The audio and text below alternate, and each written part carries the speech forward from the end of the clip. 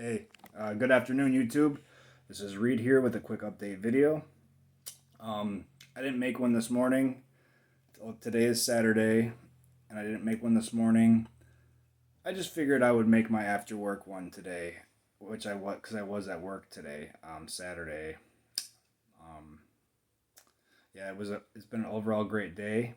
Today is my 1 week mark off of not taking Suboxone, and I feel fantastic spiritually and mentally and physically.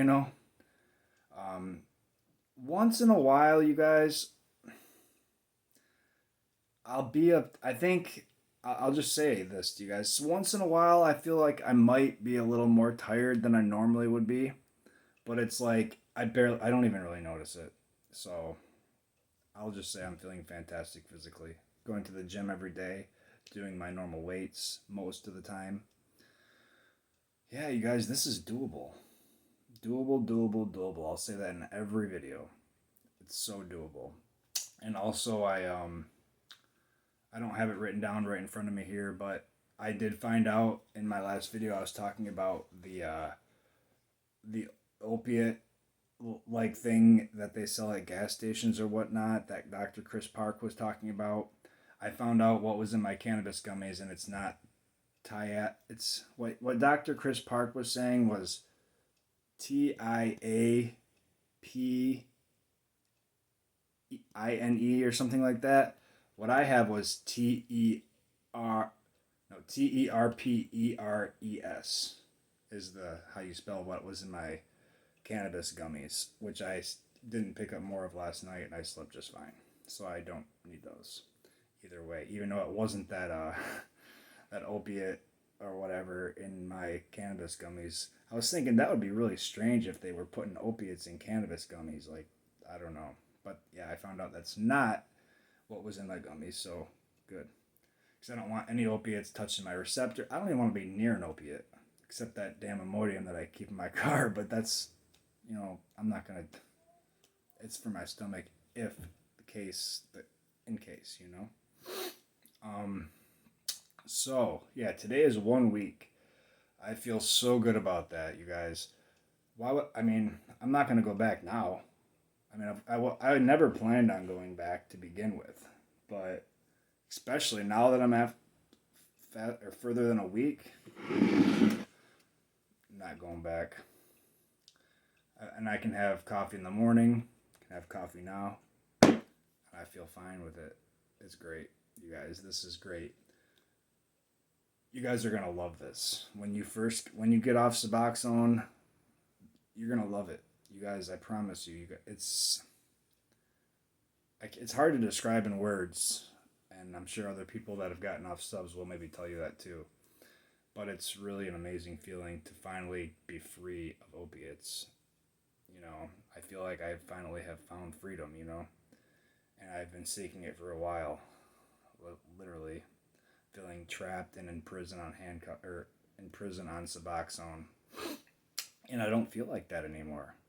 I used to come home every day, rush home to take my dose because in my head I was withdrawing because we build up things in our head even though I wasn't really withdrawing. Like, I didn't think I was withdrawing, but like I was like, oh, I need to come home and take my subs so I can feel better. So when you're on Suboxone, you stay in that addict mentality of needing to find something or put something in your body to make you feel better, and then you're attached to that. So you know what I mean? It's an addict being on Suboxone unless you're on the Sublocade, which how I understand it is you don't need to worry about dosing. It does everything for you, and that's awesome.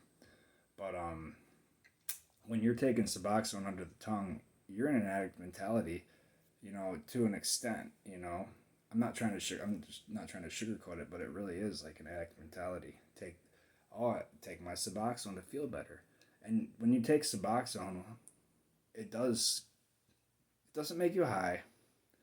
It makes you feel better than you did before the Suboxone, though.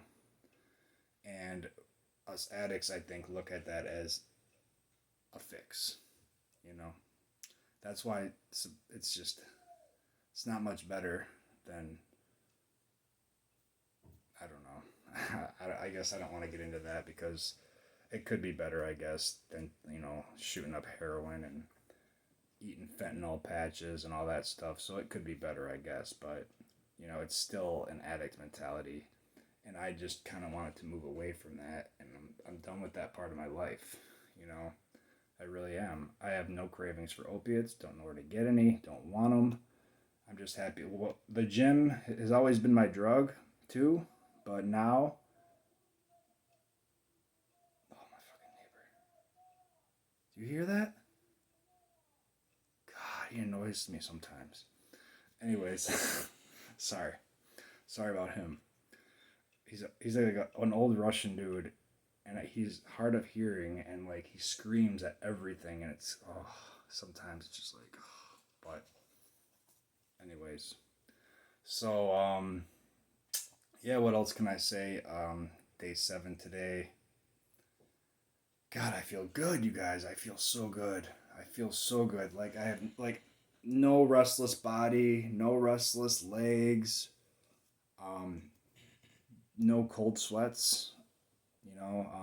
I had it at Planet Fitness when I went there. I was on the treadmill there, and the fans were blowing down on me, and I got kind of chilly once, but that was like the extent of my cold sweats, you guys. I have had a phenomenal withdrawal. An oxymoron, doesn't that sound a phenomenal withdrawal, right? Who has a phenomenal withdrawal? But no, I've had a very easygoing withdrawal. And again, I attribute it to my taper. I really do. And it didn't suck. The lower doses, it didn't suck that bad. It was just like, I don't know, I felt more blah later in the day on the lower doses, But and depressed, I guess, but it's not, it was never as bad as some of the people on YouTube have gone through Suboxone detoxes, and you can tell they're going through it. And it was never that bad at all. Tapering down, or it was always so much easier than that. So tapering, you're gonna feel, sometimes only when you decrease for like a couple days, and then you'll be stable. And then and I'm talking, you'll be fine after a few days, and then stay at that dose for however long, then decrease again. It's only when you decrease when you feel extra off, But make sure you have a sleep aid. Sleep aids will increase your chances of tapering and getting off, I think, exponentially, because I truly feel like, you guys, if I didn't get on trazodone when I started tapering, well, I might have still been able to do it, but I feel like it would have been so much harder. Because, yeah, when you're reducing your dose, the last thing your body is going to want to be able to do is sleep. Even if you're reducing the milligram from 8 to 7, or, from 2 or from 3 to 2.5, like, I know I would have had insomnia, and it would have sucked, and it would have slowed my taper down even more. And it would have made I wouldn't have been able to go to the gym like I would, because I wouldn't be sleeping like I was supposed to be, So anyways, this is doable. I know everyone here is going to do it. I'm here for guidance, support, and like Ryan Donnelly, I think Ryan Donnelly says this right. He says, I want to spread experience, strength, and hope. And I do. I want to spread experience of my taper. Again, the whole thing's on YouTube. Strength. I want to show you guys my strength by showing you guys that I can go through this and not take opiates and keep pushing through. And then hope that it's just hopeful. You guys can have hope that if you guys say you guys are at 12 milligrams, or you're at 8 milligrams, or 16, 24, 30, 40, whatever, you guys can do it. You guys can. You just got to stick out the course, reduce once, and then you don't have to reduce again for a month. Just reduce when you feel comfortable, and make sure you get really comfortable to the point where you're just like, okay, I can definitely reduce again, and then reduce again, and do that. Repeat. Do that on repeat until you get down to a quarter milli. Hang out for 8 weeks or 2 months on that dose of a quarter milli, but make sure you're under 1 for 6 months at least, and then get trazodone and stop. That's the best advice I can give you guys. But if you guys need anything else, I'm always here. So everybody, I'm doing great. I hope you all are too, and have a great Saturday. Bye.